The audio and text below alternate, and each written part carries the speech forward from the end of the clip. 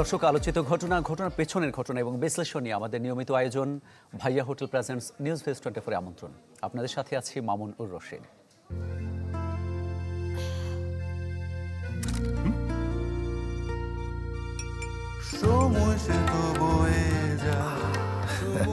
এভাবেই সময় পাল্টে যায়, কিন্তু ডিপ্লোমা সেই একই স্বাদে একই মানে যুগ যুগ ধরে রয়ে যায়।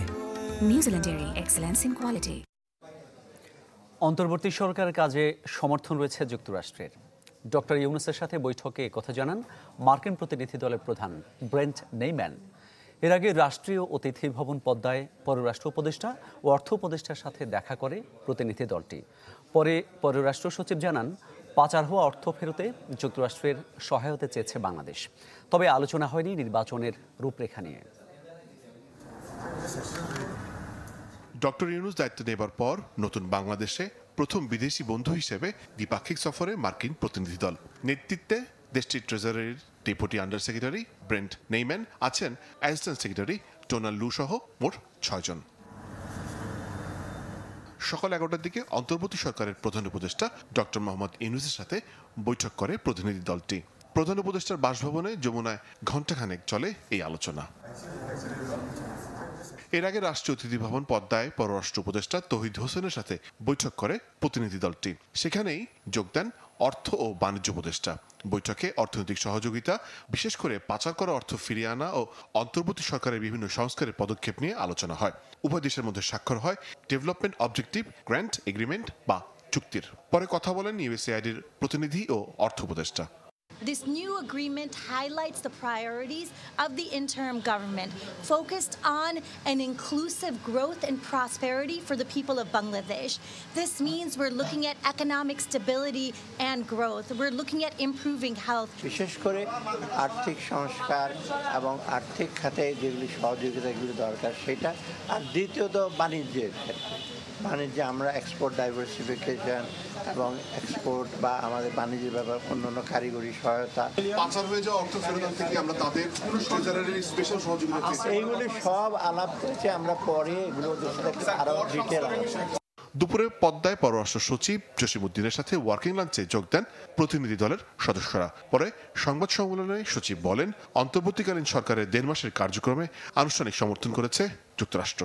যুক্তরাষ্ট্র সরকারের পক্ষ থেকে অন্তর্বর্তীকালীন সরকারের সঙ্গে কাজ করে যাওয়ার অঙ্গীকার তারা পুনর্ব্যক্ত করেছেন। আমরা খুব ব্রডলি আর্থিক সেক্টরের, ফাইন্যান্সিয়াল সেক্টরের যে রিফর্ম, এগুলো নিয়ে কথাবার্তা বলেছি।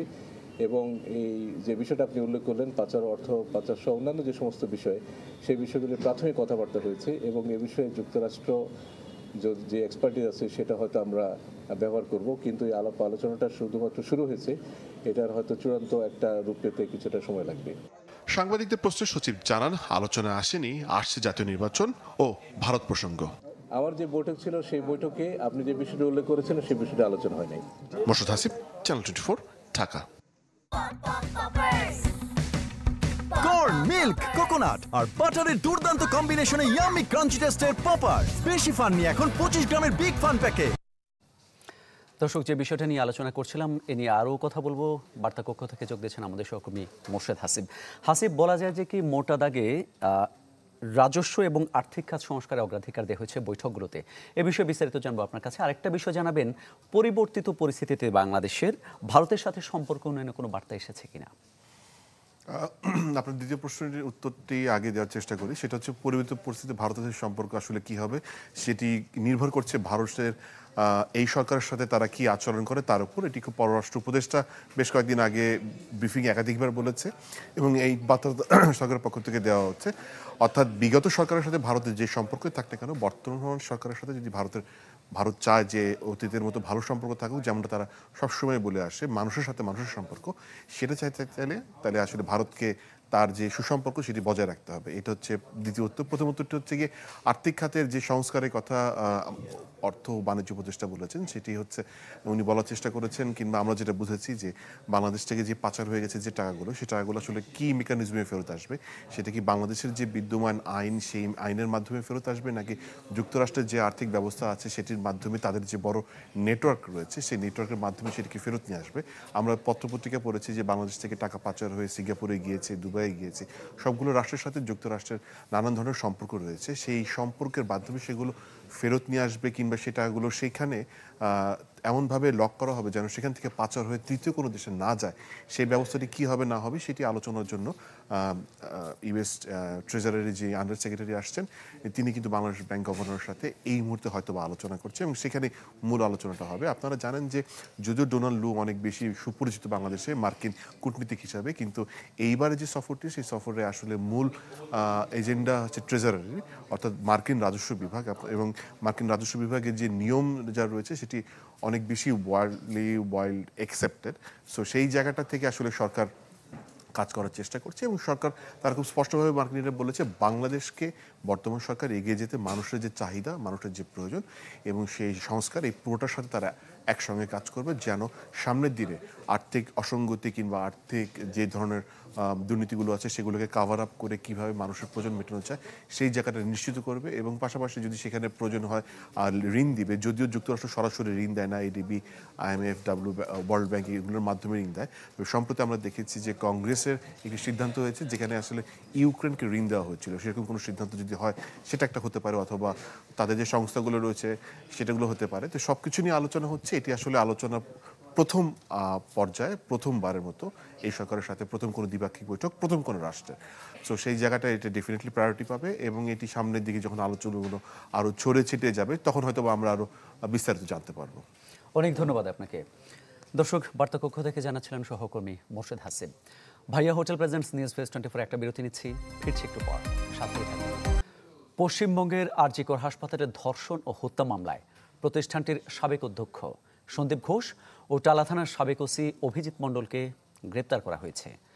আর.জি. করে আর্থিক নয়ছয়ের মামলায় আগে থেকেই সিবিআই এর হেফাজতে ছিলেন সন্দীপ। এবার তার বিরুদ্ধে খুন ও ধর্ষণের অভিযোগ আনল তদন্তকারী সংস্থা। ওসি অভিজিতের বিরুদ্ধে আনা হয়েছে তথ্য প্রমাণ লোপাট ও দেরিতে এফআইআর দায়েরের অভিযোগ। গেল রাতে মুখ্যমন্ত্রী মমতার বাড়িতে আলোচনা করতে গিয়েছিলেন আন্দোলনরত চিকিৎসকরা, তবে লাইভ সম্প্রচারের অনুমতি না মেলায় বৈঠক না করেই ফিরে আসেন তারা।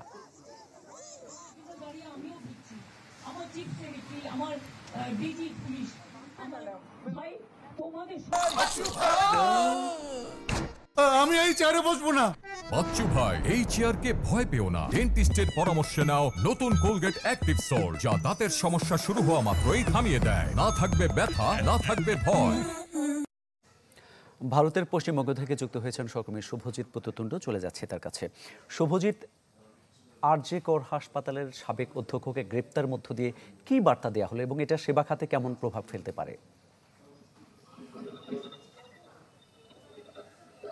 দেখুন, কাল যখন কালীঘাটে আন্দোলনকারী জুনিয়র চিকিৎসকরা মমতা বন্দ্যোপাধ্যায়ের বাড়ির সামনে দাঁড়িয়েছিলেন, তাদের সাথে দফায় দফায় কিন্তু সরকার পক্ষের নেগোসিয়েশন চলে। সেই নেগোসিয়েশনের মাঝে একটা সময় যখন সরকার পক্ষের সমস্ত দাবি মেনে নিয়ে শুধুমাত্র মিনিটস পাবে এমন দাবিতেই কিন্তু তারা যখন আন্দোলনকারীরা সরকার পক্ষের সাথে আলোচনায় বার্তা দিতে যায়, সেই সময় কিন্তু তাদের বলা হয় তারা কোনো রকম আলোচনায় আর আগ্রহী নয়। অনেকেই মনে করছেন কারণ এই সময়ের মধ্যে মুখ্যমন্ত্রী মমতা বন্দ্যোপাধ্যায়ের কাছে বার্তা চলে এসেছিল সাবেক অধ্যক্ষ এবং টালা থানার সাবেক ওসি দুজনের যে গ্রেপ্তারের যে তথ্য সেটা মমতা বন্দ্যোপাধ্যায়ের কাছে চলে এসেছিল এবং মমতা বন্দ্যোপাধ্যায়ের কাছে এই যে আন্দোলনত চিকিৎসক তাদের অন্যতম দাবির একটা দাবি তাদের পদত্যাগ ছিল, তাদের গ্রেপ্তারি ছিল। এবং এইটা কিন্তু আন্দোলনকারীরা বলছেন তাদের জয়, তারা যে অন্যায় কোনো দাবি রাখেননি সেইটা কিন্তু স্পষ্ট হয়ে যায় এদের গ্রেপ্তারির মাধ্যমে। অন্যদিকে মুখ্যমন্ত্রী মমতা বন্দ্যোপাধ্যায় কাল সকালে যখন আন্দোলনকারীদের একেবারে আন্দোলন স্থলে পৌঁছে যেত স্বাস্থ্য ভবনের সামনে, সেখানেও কিন্তু অনেকটা স্পষ্ট হয়ে যায় যে মুখ্যমন্ত্রী মমতা বন্দ্যোপাধ্যায়ের কাছেও তাদের দাবিগুলো খুব অযৌক্তিক নয়। ফলে এই মুহূর্তে কিন্তু অ্যাডভান্টেজ অনেকটাই আন্দোলনকারীদের তরফে এবং সরকার পক্ষ অনেকটাই কিন্তু ব্যাকফুটে চলে গিয়েছে বলে মনে করা হচ্ছে। কারণ সরকার পক্ষ বারবার এই যে দুজন, সেই দুজনকে কিন্তু বাঁচানোর জন্য একাধিক পদক্ষেপ নিয়েছে। টালা থানার ওসি তিনি কিন্তু নিজের পিঠ বাঁচাতে বেশ কয়েকদিন ধরেই একাধিক বেসরকারি হাসপাতালে ঘুরেছিলেন, কিন্তু বেসরকারি হাসপাতালের কোনো হাসপাতালই তাকে পর্যাপ্ত অসুস্থ মনে না করায় তাকে ভর্তি দেননি। মুখ্যমন্ত্রী মমতা বন্দ্যোপাধ্যায় শেষ যে প্রশাসনিক বৈঠক করেছেন সেখানে কিন্তু তিনি বারবার বলেছিলেন যে টালা থানার ওসি তাকে কোন কোন হাসপাতাল ভর্তি নিলেন একজন অসুস্থ রোগীকে, সেটা পর্যালোচনা করতে এবং এই হাসপাতালগুলোর বিরুদ্ধে ব্যবস্থা নিতে। কিন্তু তার মধ্যেই সিবিআই তার বিরুদ্ধে যে গ্রেপ্তারি এবং যে নির্দিষ্ট কারণ অর্থাৎ তথ্য প্রমাণ লোপাটের দায়ে গ্রেপ্তারি, এটা কিন্তু সরকার পক্ষকে অনেকটাই ব্যাকুটা ফেলে দিল। এবং আজকে আবার রাজপথে নামবেন ছাত্র জনতা, তারা কিন্তু আবার রাত দখলের লড়াই নামছে। ফলে আজকের পর পরিস্থিতি কোন দিকে যায়, মুখ্যমন্ত্রী মমতা বন্দ্যোপাধ্যায় ঠিক কোন পদক্ষেপ নেয়, সেই দিকেই কিন্তু আপাতত সবাইকে তাকিয়ে থাকতে হবে। অনেক ধন্যবাদ আপনাকে। ভারতের পশ্চিমবঙ্গ থেকে যুক্ত হয়েছিলেন সহকর্মী শুভজিৎ পুততুণ্ড।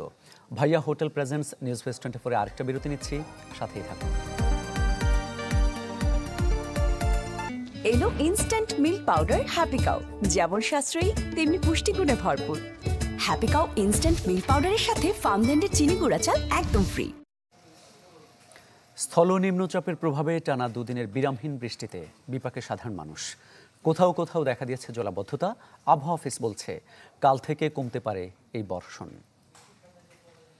দর্শক, এ বিষয়ে আরও খবর জানাবো আমরা। সবশেষ পরিস্থিতি জানাতে বরিশাল থেকে সরাসরি যোগ দিচ্ছেন সহকর্মী কাউসার হোসেন রানা। রানা, যেখানে আছেন বৃষ্টি নেই কিন্তু জলাবদ্ধতা দেখা যাচ্ছে, জনদুর্ভোগ কেমন দেখছেন?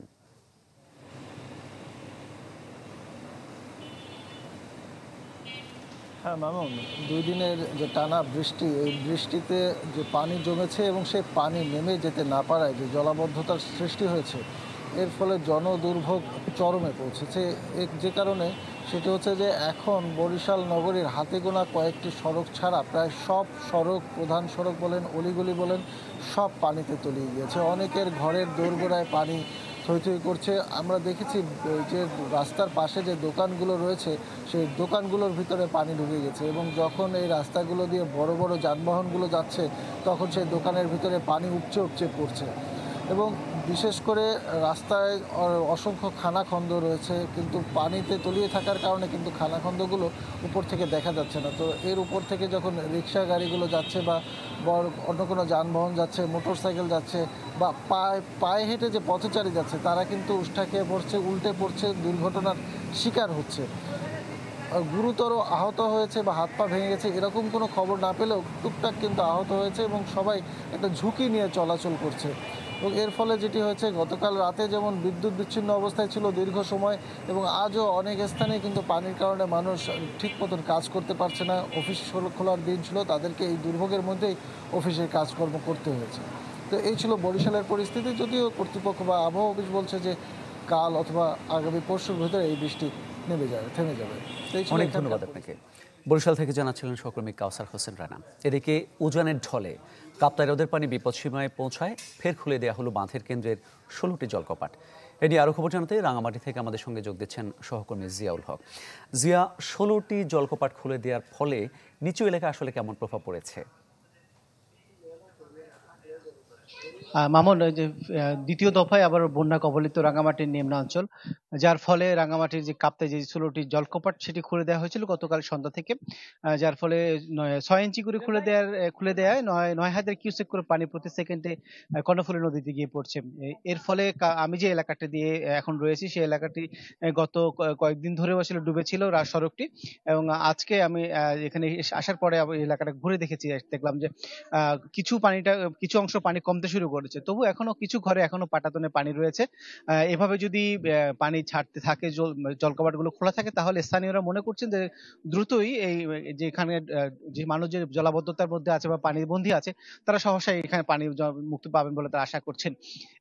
শুধু এই যে জলবিদ্যুৎ কেন্দ্রের এই সুইচ গেট দিয়ে পানি ছাড়ার ফলে যে ছাড়াও রাঙামাটির লংগদু, বাগাইছড়ি এবং রাঙামাটি পৌর এলাকার বেশ কিছু অঞ্চল পানিতে তলিয়ে গিয়েছিল, এবং জেলা প্রশাসনের তথ্য মতে প্রায় 9,000 মানুষ পানিবন্দী অবস্থা রয়েছে এখন পর্যন্ত।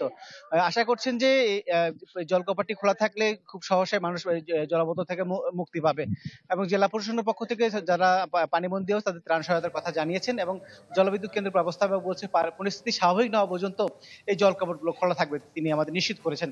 মামুন, এই ছিল রাঙামাটি থেকে আমার কাছে সবশেষ। অনেক ধন্যবাদ আপনাকে। উজানের ঢলে কাপ্তাই হ্রদের পানি বিপদসীমায় পৌঁছায়, আবারও খুলে দেওয়া হচ্ছে 16টি জলকপাট। এই বিষয়ে বিস্তারিত জানাচ্ছিলেন সহকর্মী জিয়াউল হক। এই ছিল আজকের ভাইয়া প্রেজেন্টস নিউজ ফেস 24-এ সাথে থাকার জন্য সবাইকে ধন্যবাদ।